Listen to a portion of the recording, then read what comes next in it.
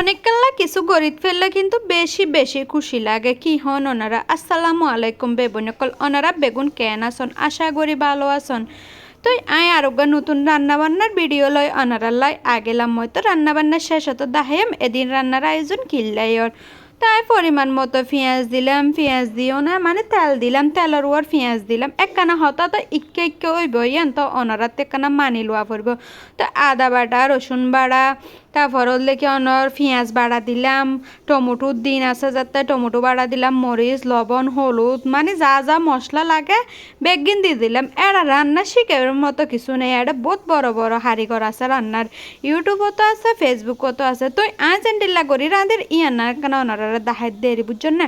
তা আর কি video share করবেন, ভিডিও শেয়ার করা পড়ব যাতে জিয়ার রাতের ইয়ানে শেয়ার করি প্রত্যেকদিন তো বেড়ানির ভিডিও শেয়ার করলে নেব। তো এই নল দেখি লারি সারি বেগ মশলা দিওনের পরে আবার এক্সট্রা মুরগির মশলা ভাজা দিয়ে ইবো দিই গুঁড়া গরম মশলা দেখো না, গুঁড়া মশলা দিলে কিন্তু আর থেকে না ফ্লেভার ভালো লাগে মানে হদুনে বাড়িও দে ঠিক আছে, এক একজনের টেস্ট এক এক রকম। তো মুরগিন কিন্তু আমি আগের দিন ভাজি রেখিলাম, কারণ একবারে দিকে মুরগি ভাজতে রেনতে একলা মানুষ একখানা কষ্ট হয়ে যাবো। তা আগতে যদি একখানা মানে কিছু গড়ি রাখি হ্যাঁ, তারপর পরের দিন একটু কষ্ট সময় দেরি। তো আইল দেখি ভাজা মুরগির মাংস যাতে হসেই হয়ে সুন্দর করে এটা একখান ঢালি দিয়ে ফেলে, ঢালি দিয়ে নিন আর একখানা লাড়া সারা করে দিয়ে মাঝে মধ্যে যাতে একখানা হসি হইব মানে 80% যাবো। এডল দেখি সুন্দর করে 1 গ্লাস দুধ দিয়াম, দুধের মধ্যে আবার একখানা গ্লাস তাজে বোধে আর আধা গ্লাস পানি লয় আবার একখানা ঢালি দিলাম মানে আর এক্সট্রা হনো জুল দিতাম নয়, ইনের মধ্যে সিদ্ধ হয়ে যাবো। তারপর দুয়া চিনি না কাঁচামরিচ ফালি করে দিলাম মানে মাঝত দিয়ে ভাঙি দিলাম, এর ওনারা বুঝি লবেন দেরি যাতে এরকম কাঁচামরিচ দিলে এরকম রান্নার মিজে হেতে কিন্তু সেই লাগে সেই। তো আরই বল দেখে হন মুরগি রুশ নয় বল দেখে আর স্পেশাল মুরগি জাল ফ্রাই বুঝছো না, বেশি জালও নয় আবার মিডিয়াম মিকারি। তো এডল দেখে আবার ডিমও সিদ্ধ লইলাম, শুধু তো কুড়া গোস্ত দিলে নব ডিম দিয়ানো পড়ব না।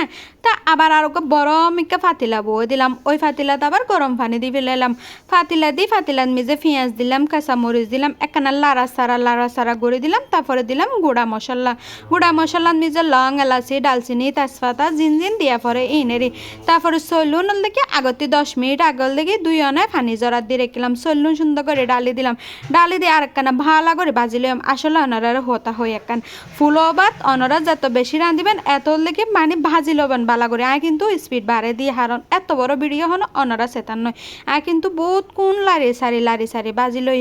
তো এডল দেখি আবার পানি দি লইলাম, তো এডল দেখি 3 কেজি চল, 3 কেজি চলের লইল দেখি আয় 6 কেজি পানি দি 3 কেজি চলের অর্ধেক পানি দি মানে ডবল বুল হয়ে ফেলে এই তোর হতা তারা বড় বড় রান্ধান মিজে কেন বুল হয়ে যাগ।